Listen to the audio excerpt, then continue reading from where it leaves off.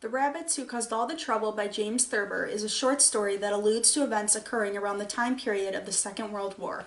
The rabbits represent the minorities, like the Jews, that were persecuted in Nazi Germany, whereas the wolves represent the majorities who display an irrational and unjustified hatred and prejudice towards the minorities, the rabbits. As events unfold, the other animals depicted within the story represent the other nations of the world, who were mute spectators to the events leading up to the Holocaust.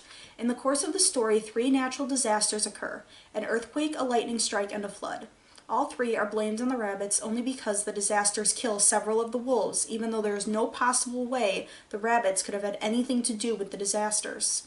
The author begins with the phrase, "in the memory of the youngest child," already hinting at the fact that the story represents an event that even young children will remember. The story then describes an aspect of the wolves as well as their attitude towards the rabbits. He states the wolves did not like the way the rabbits were living, and the wolves were crazy about the way themselves were living because it was the only way to live. The author is using characterization to create the distinctive nature of the wolves and is introducing the wolves as believing they are better than the rabbits merely because they don't like the way that the rabbits are living. These lines also relate to what was occurring in Nazi Germany with the Nazis who disliked the Jews only because of who they are. Three disasters present in the story, the earthquake, the lightning, and the flood, tie into three very specific events in Germany's history that transpire between 1918 and 1924. The earthquake represents Germany's loss of World War I in 1918, where the Nazis blamed the Jews for the entire loss of the war and gave no specific reason as to why the Jews caused this defeat. Similar to when the wolves said it is well known that rabbits pound on the ground with their hind legs and cause earthquakes.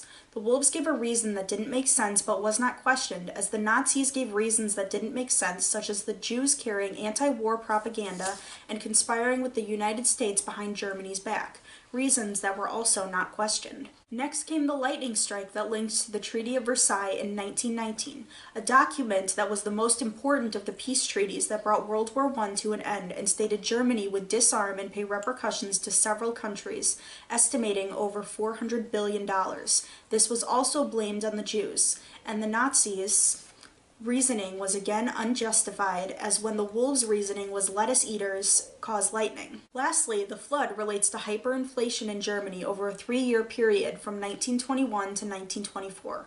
The German Nazis blamed the cause of hyperinflation on the Jews, even though the true cause was from massive amounts of money owed from the Treaty of Versailles. The wolves justified that carrot nibblers with long ears cause floods.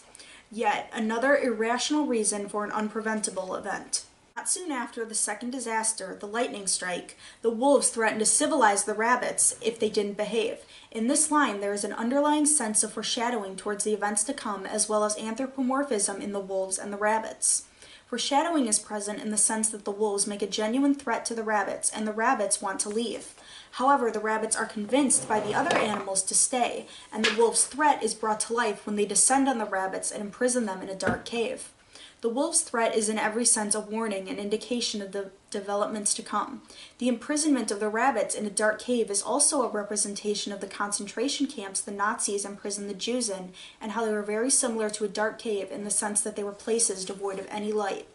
The wolves and rabbits also embody anthropomorphism, where the wolves say they will civilize the rabbits and calling the rabbits escapists. But the word civilize is most commonly known as bringing a place or people to a stage of social and cultural development considered to be more advanced. Similarly, the word escapist came from escapism, meaning the tendency to seek distraction and relief from unpleasant realities, and escapist is referring to a person who seeks this distraction. These are not typically words used to describe animals, but in this case the author is giving human characteristics and behavior to animals by using the word civilize and the word escapists. After the rabbits are threatened, they want to leave and run to a desert island. However, the other animals explicitly tell the rabbits that they must stay where they are, for this is no world for escapists. And in the end, the wolves, the Nazis, give a reason for the rabbits' disappearance and say they were trying to escape, and as you know, this world is no place for escapists. The irony present in the situation is verbal, where the other animals told the rabbits to stay and the rabbits listened and were imprisoned as a result. When the wolves say, as you know, they are hinting at exactly what the other animals told the rabbits and how this is their fault what happened to the rabbits. The verbal irony also ties into the author's tone towards the story. The author is clearly upset with what is occurring in Nazi Germany and the persecution of the Jews. He shows his distaste for the other countries through the wolves saying this is no world for escapists, hinting at exactly what the other animals told the rabbits, and how the other animals did nothing to help. They were only concerned when the rabbits disappeared entirely. The purpose of this short story is to demonstrate the events occurring during World War II in Nazi Germany, when the Nazis were persecuting and imprisoning the Jews.